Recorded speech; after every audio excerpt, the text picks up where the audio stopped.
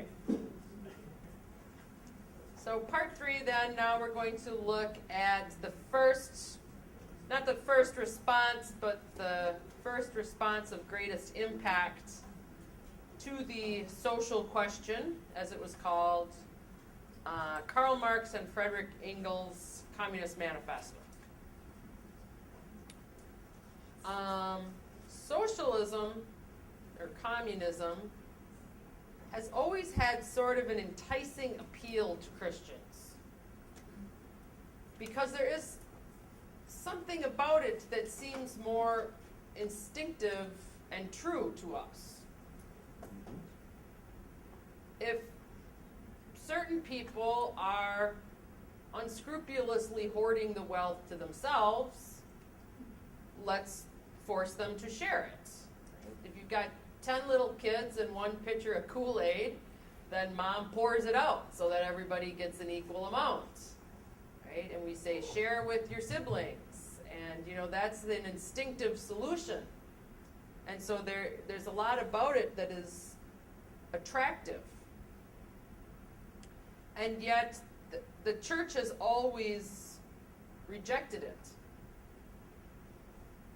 Even in the 60s, when people started saying, okay, yes, there are some problems with socialism, but there are some things that are very interesting and helpful about socialism, can we call ourselves Christian socialists and just sort of take the good and leave the bad?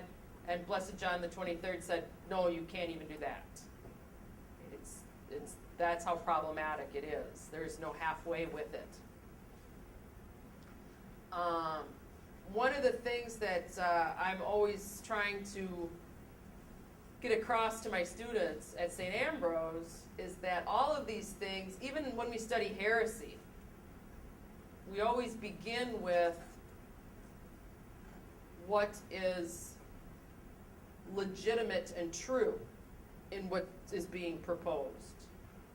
Because no lie gets any traction with people unless there's an element of truth in it. Right? There's always that little element of truth to attract. The little kernel. Even if you look at the stuff that the serpent says to Eve in the garden, there's these little, parts of it that make sense and are true and good. He proposes these goods to her. Knowledge. Nothing wrong with knowledge. What's the problem? And so if you go to study the Communist Manifesto, or even just the little excerpts here, I would encourage you to take that attitude, because we have to see what is that kernel of truth before we can really address why it's a problem. If we just sort of prejudicially reject it out of hand, then that's a very unsophisticated and unsuccessful rejection. Right? We need to acknowledge what is in it that is appealing to Christians. Why has it appealed to so many Christians? My position on the Communist Manifesto, personally, is that the critique that Karl Marx made was spot on. And a lot of what he says in his critique of the situation, you will find over the course of Catholic social teaching. Leo says many similar things in his critique. John Paul II said a lot in his critique that sound like the critique of Karl Marx and Frederick Engels. That just makes it an accurate critique. And I can imagine hearing the critique and being in that situation and going, yeah, that's bad, yeah, that's bad, yeah, that's bad. And then he goes, now we're going to do this. And you go, okay. Right? And it's the now we're going to do this where socialism starts to have a problem. I'm just going to clear up a couple of terms that are going to come up over the course of reading these little excerpts here. Very likely many of you already know all these terms, but just to refresh your memory or make sure you do. The word capital here doesn't mean money. We hear capital and we think of money, typically. But capital means something more along the lines of productive power. Capital means the resources necessary to create wealth. also sometimes called the means of production. Right? If you've studied Karl Marx, you certainly know that expression, the means of production. Because one of his ultimate goals was to socialize the means of production. What are the tools and resources necessary for creating wealth? That's what capital is. Right? So a laborer, by definition, does not have capital. He goes to work, he gets his wage. He works with tools that aren't his, he works in a building that isn't his, he produces a product he won't get to keep, and then he gets a wage for it. Whereas the capitalist owner owns the factory and the tools and the supply chain and all these other things. That's what capital is. So the bourgeoisie refers to that small portion of people in society who own the capital. They are the bourgeoisie. And with the attending adjective of bourgeois, because not only do they want to eliminate the bourgeoisie as a class, they want to also eliminate the bourgeois culture, as they would call it. The culture that has been created by the capitalist owners. So then, in opposition to the bourgeoisie, we have the proletariat, and the proletariat are the laborers who work for a wage.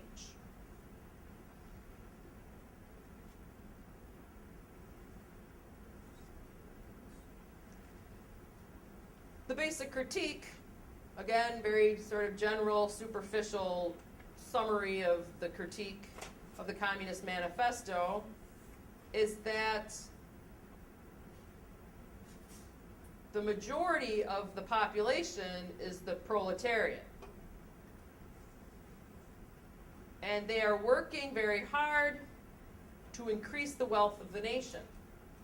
It is their labor that is increasing the wealth of the nation. John Paul II says the same thing. It's the efforts of the working man that makes a country wealthy. So this vast majority who's doing all of the hard work in order to increase the wealth of the nation is living at a subsistence level, while a very small number of people, the bourgeoisie, are reaping all of the benefits.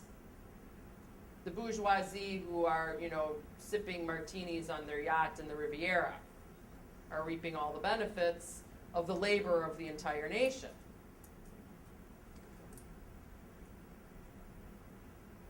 Very similar critique, as we're going to see from the papal encyclicals. But the solution, though, we are told by Pius XI, is a remedy far worse than the evil itself. A remedy far worse than the evil itself. So he acknowledges that there is a situation in society that is evil and needs correction, but that what the socialists propose is even worse than the problem that we're trying to correct. And I'm going to give you a sense of why. It is not only for economic reasons. John Paul II said, and I would agree with him, I'm sure he'd be happy to know. Connie thinks it's right too.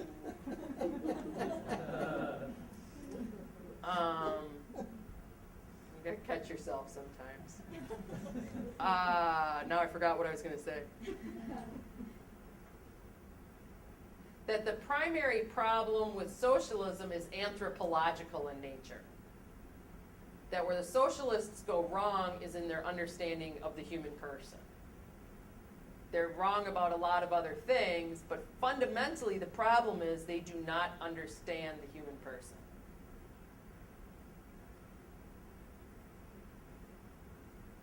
Their error is anthropological in nature. And he would know, because he had to live within the, society that they've created. All right, so without further ado, we'll look at the Communist Manifesto. I must confess I'm fascinated, endlessly fascinated by this document. The rhetoric in it is so sinister. It gives me chills. And it is so sophisticated, I can at the same time understand the person who would stand in the crowd going, yeah, and still like have my blood frozen at what the implications are rhetorically. It's a fascinating document, if only on the level of, the use of language. He begins, they open, the famous line, the history of all hitherto existing society is the history of class struggles. Probably you have heard that quoted at some point in your life. That is the opening line. That is the crux of the matter. And right off the bat, the church says, wait, no, that's not true at all. Right? The church, for one of the primary reasons the church mentions why socialism is unacceptable is because of this adherence to class warfare. That the idea that the natural state of things is a war between opposing classes who are each trying to get power, the solution of which is one is victorious over the other. Right? Class conflict, class warfare. So from the get-go, we're on shaky ground as Catholics because the Catholic Church rejects this. The goal of the good society is harmony. It's the body of 1 Corinthians 12. All parts of the body working together for the good of the whole, but being respected for the individual parts that they are. Right? Harmonious. Not so. All of history is the history of class struggles. It's hard to stand up here and read this without, feeling freeman and slave, patrician and plebeian. It's got such an exhortative tone to it. It's hard not to read it that way. I'll try to maintain.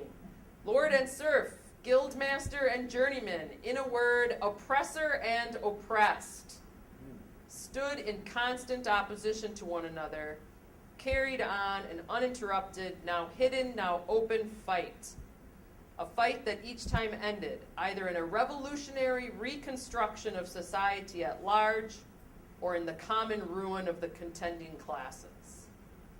So that's his historical hermeneutic, we call it. That's the lens through which he looks at all of history. Whether it be freeman and slave, patrician and plebeian, lord or serf, it's always just a struggle between these two groups that ends either in a revolutionary reconstruction of society or the destruction of both parties and the creation of two more. Endless cycle of conflict. In the earlier epochs of history, we find almost everywhere a complicated arrangement of society into various orders, a manifold gradation of social rank. In ancient Rome, we have patricians, knights, plebeians, slaves. In the Middle Ages, feudal lords, vassals, guildmasters, journeymen, apprentices, serfs. In almost all of these classes, again, subordinate gradations. The modern bourgeois society that has sprouted from the ruins of feudal society has not done away with class antagonisms. It has but established new classes, new conditions of oppression, new forms of struggle in place of the old ones. Our epoch, the epoch of the bourgeoisie, possesses, however, this distinct feature. It has simplified class antagonisms. Society as a whole is more and more splitting up into two great hostile camps, into two great classes directly facing each other, bourgeoisie and proletariat. Now, in keeping with John Paul II's understanding that the primary problem here is anthropological, there's many different things already just in these first few paragraphs that are at odds with our understanding of the human person and the common good as Christians.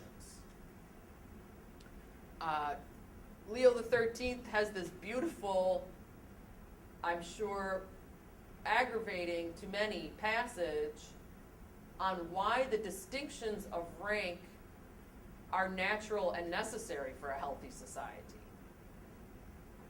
Because if the whole body were an eye, where would the hearing be? As St. Paul says. We need diversity of situation in society in order for society to function properly.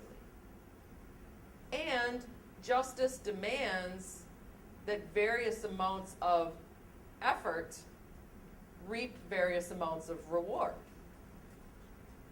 And nature does not bestow her gifts evenly upon everyone. And so diversity of gifts will naturally result in diversity of outcome. So that these ranks that Karl Marx is so frustrated with are a natural functioning part of the human society, a necessary part. He accuses Karl Marx of wanting to reduce everyone to one dead level. That's what the goal of the socialists is, he says, to reduce everyone to the same dead level. Whereas really the human spirit and human society depends upon this diversity.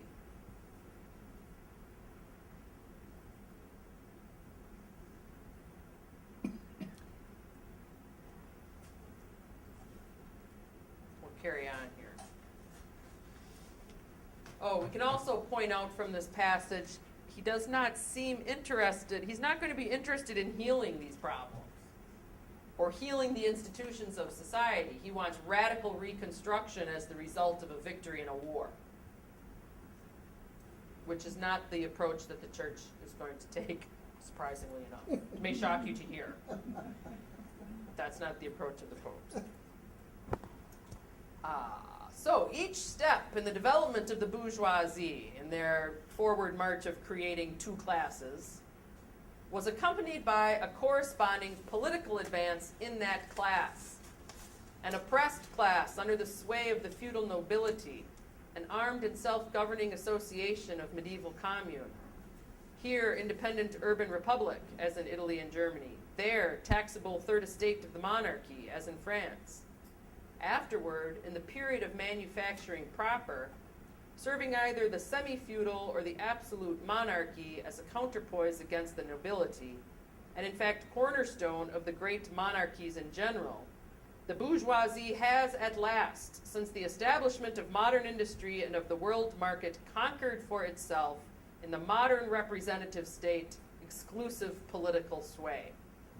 The executive of the modern state is but a committee for managing the common affairs of the whole bourgeoisie. So this is why democracy is immediately suspect from the socialist perspective. We who appreciate the goodness of democracy find it hard to understand why people would hate it as an evil. This is why. Because democracy, according to the teaching of Marx, is just a way of allowing the bourgeoisie to run society. Allowing the bourgeoisie to be the new king, so to speak. Because they've acquired for themselves the majority of the power within a democratic situation. The bourgeoisie historically has played a most revolutionary part. The bourgeoisie, wherever it has got the upper hand, has put an end to all feudal, patriarchal, idyllic relations. It has pitilessly torn asunder the motley feudal ties that bound man to his natural superiors, and has left no other nexus between people than naked self-interest, than callous cash payment.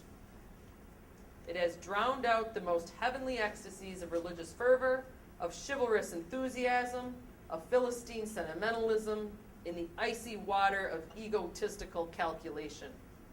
It has resolved personal worth into exchange value, and in place of the numberless, indefeasible chartered freedoms, has set up that single, unconscionable freedom, free trade. In one word, for exploitation. Veiled by religious and political illusions, it has substituted naked, shameless, direct, brutal exploitation. Wow, that is some serious rhetoric. Hard not to be in awe of it. It has left no other nexus between people than naked self-interest. Right? You can hear the echoes in this paragraph of what we were reading in Adam Smith. No other nexus. Nothing connects people in relationship with each other than self-interest. Because the baker isn't doing anything because he loves me, he's just doing it because he wants more stuff for himself.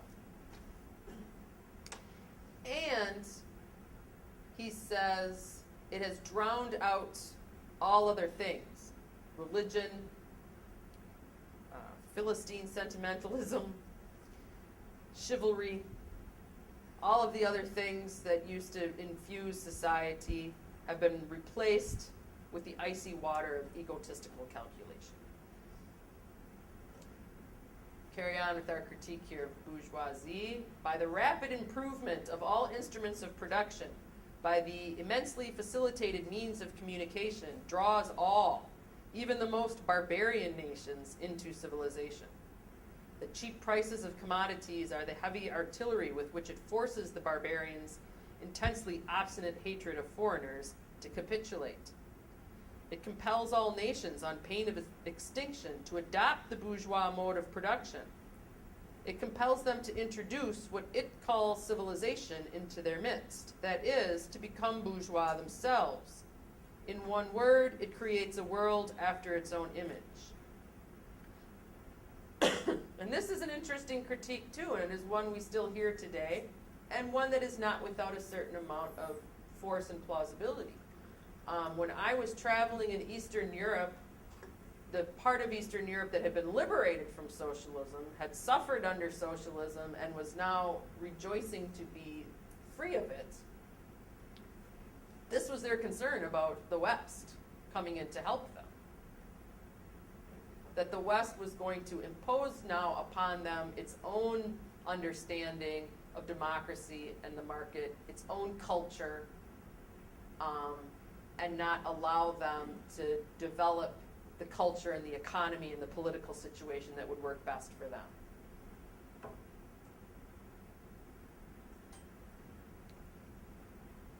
In proportion as the bourgeoisie, that is capital, is developed, in the same proportion is the proletariat, the modern working class, developed. A class of laborers who live only so long as they find work, and who find work only so long as their labor increases capital. That is exactly what Adam Smith said, as far as I can tell. These laborers who must sell themselves piecemeal are a commodity, like every other article of commerce, and are consequently exposed to all the vicissitudes of competition, to all the fluctuations of the market. That seems to be an accurate explanation based upon what I just read from Adam Smith. Owing to the extensive use of machinery and to the division of labor, the work of the proletarians has lost all individual character, and consequently all charm for the workman. He becomes an appendage of the machine, and it is only the most simple, most monotonous, and most easily acquired knack that is required of him. Hence, the cost of production of a workman is restricted almost entirely to the means of subsistence that he requires for maintenance and for the propagation of his race. But the price of a commodity, and therefore also of labor, is equal to its cost of production. You're going to hear John Paul II make a similar critique of our system of production. Adam Smith has this really interesting passage in The Wealth of Nations on how to produce a pin, stick pin. And he says, you know, a person who masters the art of making a stick pin can maybe make 9 stick pins a day or some really pitifully small number, because it's a hard thing to make. But then he discusses the division of labor. If we divide the labor up among many workers, then all of a sudden we can make 5,000 pins a day. Because each person masters their little chink in the machine, and suddenly we can start churning the pins out, and that'll create more wealth. Absolutely true. I mean, the assembly line, it's done great things. But John Paul II says the same thing about that as Mark says here, that can make the worker feel like he's just a cog in a machine.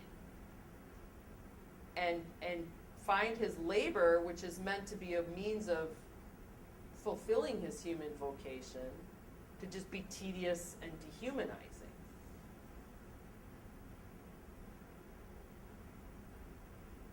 And because it is not a difficult thing, because a monkey could do it, his value as a laborer decreases. I'm going to jump ahead a little bit so that I don't keep you past 4. You can read this on your own if you like. You can read the whole thing. Communist Manifesto isn't very long, and it's online. But if you go down, you'll see the one-sentence paragraph. In this sense, the theory of the communist may be summed up in the single sentence, abolition of private property. In this sense, the theory of the communists. I'm sorry, my page numbers are different, or I tell you. Have you found it? 9. So there you go. You can't get any clearer than that.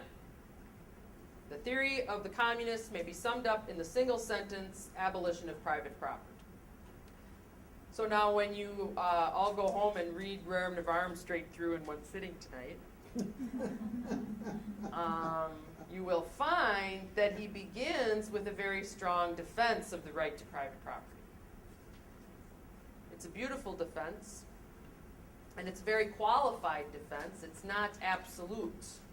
There were also at this time theories of property that we would call an absolute right to private property. Famous line often quoted if you go start reading property theorists is from Blackstone's commentary on the law, which says that the right of ownership gives the owner an absolute right over his goods, even to destroy them if he chooses. Which the church would not say you had that right, that your right of ownership does not give you that kind of an absolute right. However, you do have a right to private ownership, and so the socialist goal of abolishing it is rejected. We'll talk much more about that next week. This is the part, from here, there's a little line there because I take a bigger jump where that line is, but it's kind of along a similar theme. There's an interesting rhetorical device being used here. I'm sure Cicero would have a name for it that I don't know, where he's looking at the accusations that the bourgeoisie are making against communists, and he's throwing the accusations back on the bourgeoisie without denying that the accusations are accurate. Right? I'll point this out as we go along. I just say it up front so you can kind of look for it here. So after he says, abolish private property. We communists have been reproached with the desire of abolishing the right of personally acquiring property as the fruit of man's own labor, which property is alleged to be the groundwork of all personal freedom, activity, and independence. Indeed, the church will say just that you deserve the fruit of your own labor, and that is the groundwork of all personal freedom, activity, and independence. And they reply to this accusation that they would abolish the right of personally acquiring property as the fruit of man's own labor. He says, hard-won, self-acquired, self-earned property. Do you mean the property of petty artisans and of the small peasant, a form of property that preceded the bourgeois form? There is no need to abolish that. The development of industry has, to a great extent, already destroyed it and is still destroying it daily. You notice he has not said, we have no intention of abolishing that. He's just said, you can't accuse us of abolishing that. It's already been abolished. Or do you mean the modern bourgeois private property, which is capital, the means of production? But does wage labor create any property for the laborer? Not a bit. It creates capital. That is, that kind of property which exploits wage labor and which cannot increase except upon conditions of begetting a new supply of wage labor for fresh exploitation. Property in its present form is based on the antagonism of capital and wage labor. Let us examine both sides of this antagonism. To be a capitalist is to have not only a purely personal, but a social status in production. Capital is a collective product, and only by the united action of many members, nay, in the last resort, only by the united action of all members of society, can it be set in motion. This is another one of those little kernels of truth. John Paul II will say the same thing. Right? He doesn't argue for collective ownership of the means of production, but he acknowledges that the means of production are produced by everybody. The capitalist isn't single-handedly responsible for the existence of his giant factory. So, Karl Marx, capital is therefore not only personal, it is a social power. When, therefore, capital is converted into common property, into the property of all members of society, personal property is not thereby transformed into social property.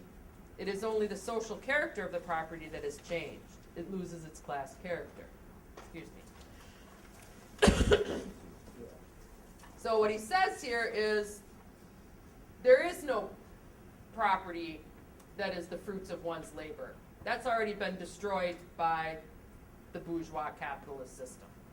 So you can't accuse us of getting rid of that. The only type of ownership is capital ownership, and that just means that something which should belong to everybody only belongs to certain people. And so all we want to do is say it actually belongs to everybody, which is already the truth. So we haven't destroyed anything there either. And he completely bypasses the question of whether or not people will still have personal property rights. But also pointing out his goal that the destruction of private property means that the collectivization of the means of production, which in his mind is already collective property. So we have here the culmination of class conflict. The proletariat will use its political supremacy to wrest by degree all capital from the bourgeoisie, to centralize all instruments of production in the hands of the state, that is, of the proletariat organized as the ruling class, and to increase the total productive forces as rapidly as possible. So there's the goal. That's the property argument. And we're going to see in Leo XIII that this is not accepted by the church. There is a right to private property, though not absolute. There is a legitimate ownership, private ownership of the means of production. And people do deserve the fruit of their own labor. But the problem with socialism, why socialism gets rejected and not just critiqued, why John Paul II says that the fundamental error of socialism is anthropological in nature, is because socialism goes much further than proposing a different economic system. So that's why I include the rest of these passages, which are very interesting once they're unpacked, once you peel through the rhetoric. Because the bourgeoisie are aware of the fact that the communists want to bring down their culture as well. So they say that culture, the loss of which he laments, the bourgeois man, is for the enormous majority a mere training to act as a machine. But don't wrangle with us so long as you apply to our intended abolition of bourgeois property the standard of your bourgeois notions of freedom, culture, law, etc. Your very ideas are but the outgrowth of the conditions of your bourgeois production and bourgeois property, just as your jurisprudence is but the will of your class made into a law for all. A will whose essential character and direction are determined by the economical conditions of existence of your class. The selfish misconception that induces you to transform into eternal laws of nature and of reason the social forms stringing from your present mode of production and form of property historical relations that rise and disappear in the progress of production, this misconception you share with every ruling class that has preceded you. What you see clearly in the case of ancient property, what you admit in the case of feudal property, you are of course forbidden to admit in the case of your own bourgeois form of property. Now, what in fact has he just said there? He has said that all of the laws and customs that inform relations in society are being presumptuously called eternal laws of nature and of reason, but really only spring from the bourgeois desire to hoard all of the wealth. It's a pretty subtle rejection of the idea of natural law, because he's argued that all of these things upon which this culture rests are being falsely called laws of nature and of reason, when in fact they're simply made up by the ruling class in order to continue to be the ruling class. So we should have no problem tearing any of them down, because to tear them down is only to tear down the ruling class that's imposing them. And this, he says, has been true through all of history. The ruling class makes up what these so-called laws of nature and reason are. And so we can bring them down as we bring down the ruling class. Next, he looks at the accusation about the abolition of the family, because that's what the communists are being accused of, wanting to destroy the family. Abolition of the family. Even the most radical flare up at this infamous proposal of the communists. On what foundation is the present family, the bourgeois family, based? On capital, on private gain. In its completely developed form, this family exists only among the bourgeoisie. But this state of things finds its complement in the practical absence of the family among proletarians and in public prostitution. The bourgeois family will vanish as a matter of course when its complement vanishes, and both will vanish with the vanishing of capital. So has he said, we don't want to destroy the family, we are pro-family, we're all for the family? That is not his response to the accusation that they want to abolish the family. He basically says what he said before. We don't have to abolish the family. The family's already been abolished. The bourgeoisie have invented a new idea of what the family is, and it's false, and when we bring them down, their false understanding of the family will come down with them.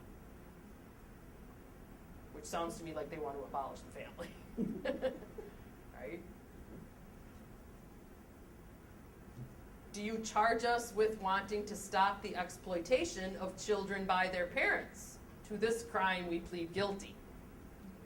And this comes from their proposal that children would be taken away from their parents and raised and educated entirely by the government, which is what they proposed to do. But you say, we destroy the most hallowed of relations when we replace home education by social. And your education, is not that also social and determined by the social conditions under which you educate by the intervention, direct or indirect, of society by means of schools, etc.? The communists have not entered the intervention of society in education. They do but seek to alter the character of that intervention and to rescue education from the influence of the ruling class. The bourgeois claptrap about the family and education, about the hallowed correlation of parents and child, becomes all the more disgusting the more, by the action of modern industry, all the family ties among the proletarians are torn asunder, and their children transformed into simple articles of commerce and instruments of labor. So the proletariat don't get to enjoy this relationship with their children, because their children are being turned into articles of commerce and instruments of labor.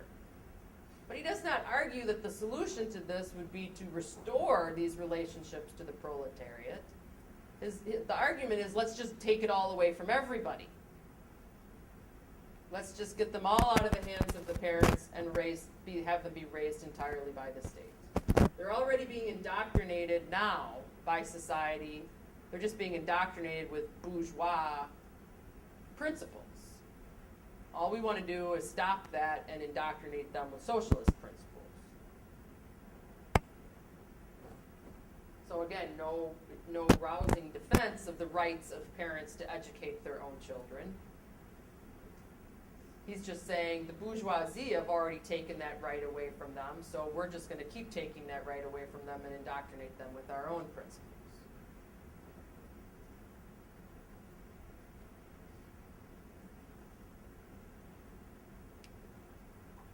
What's next? We know what's next. Marriage. But you communists would introduce community of women, screams the bourgeoisie in chorus.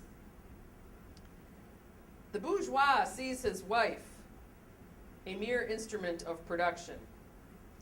He hears that the instruments of production are to be exploited in common, and naturally can come to no other conclusion that the lot of being common to all will likewise fall to the women. He has not even a suspicion that the real point aimed at is to do away with the status of women as mere instruments of production. So this is what the communists are offering to women: liberation from being treated as an instrument of production. For the rest, nothing is more ridiculous than the virtuous indignation of our bourgeois at the community of women, which they pretend is to be openly and officially established by the communists. The communists have no need to introduce free love. It has existed almost from time immemorial. So again, he does not come out and say, oh, but we don't want to do this thing that you accuse us of. He comes out and says, we don't have to do the thing you accuse us of. That's already happened. We don't have to introduce free love. The bourgeois are already living it. Our bourgeois, not content with having wives and daughters of their proletarians at their disposal, not to speak of common prostitutes, take the greatest pleasure in seducing each other's wives. Ah, those were the days.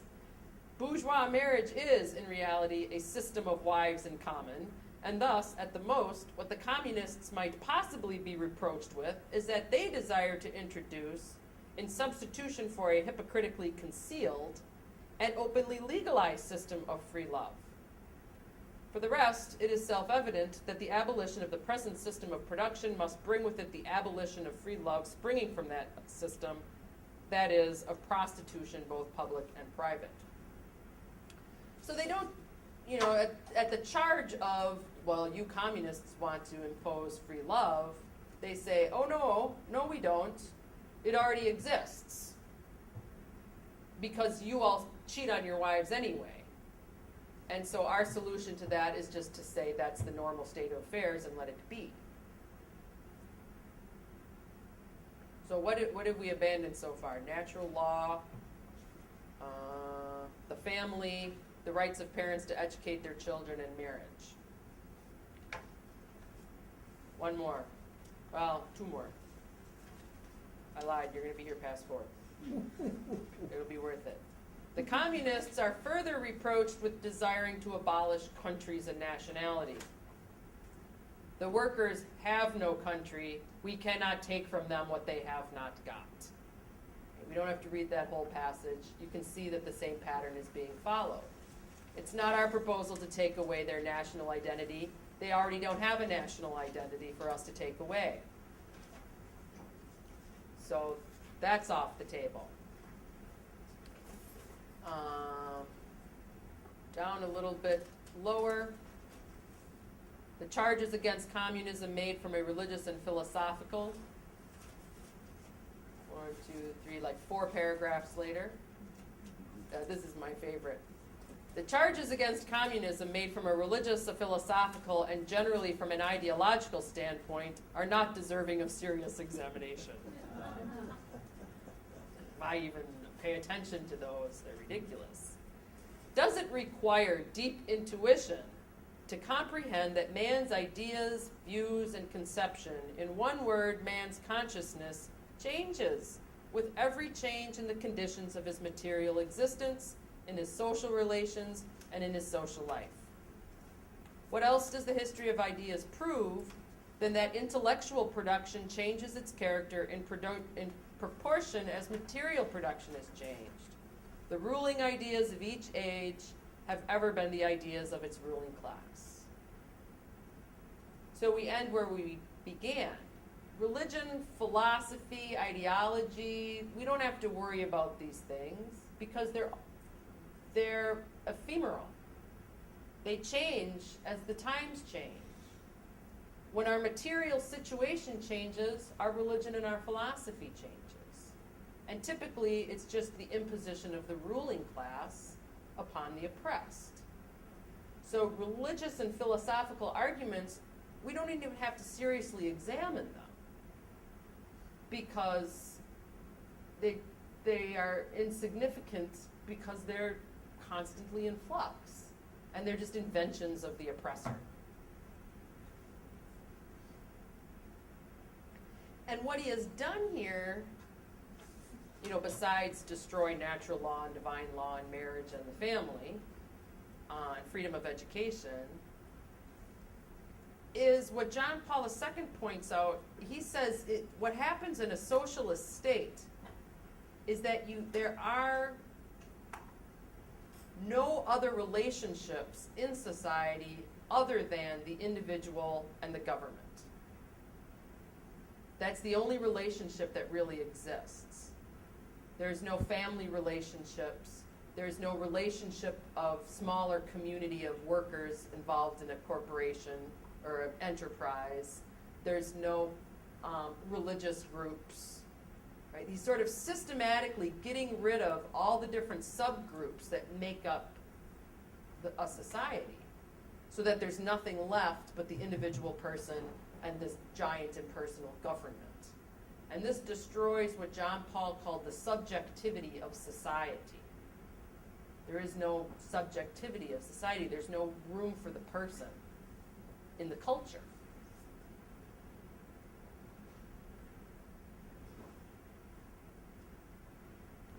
Which strikes at the social anthropology of the person, that we're social by nature. So it's interesting because socialism presumably would be taking that into account. And what's attractive about socialism is the ways in which it seems to be taking that into account. But ultimately, the same sort of rugged individualism ensues because there are no mediating relationships of spouse and family and community. There's just the individual and the government, the whole, which does not speak to the social nature of the human person in any meaningful way.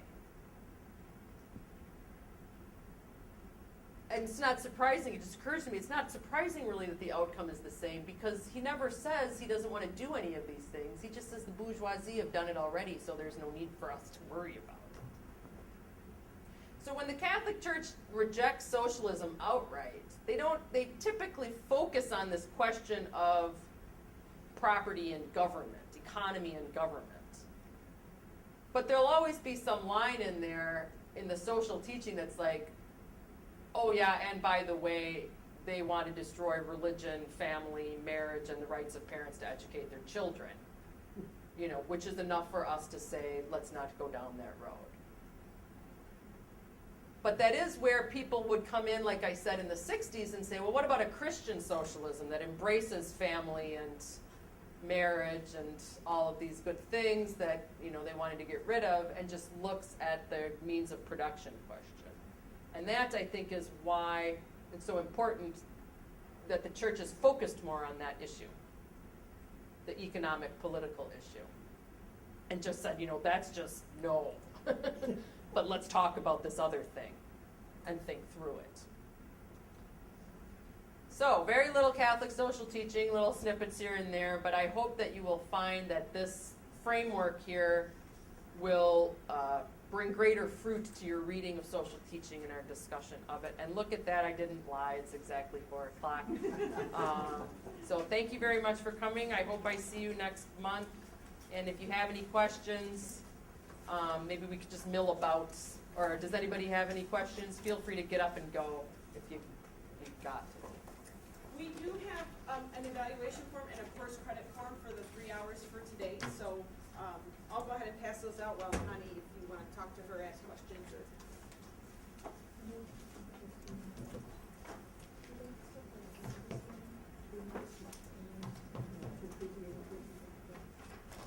All right, excellent. All right, Thank you. thank you.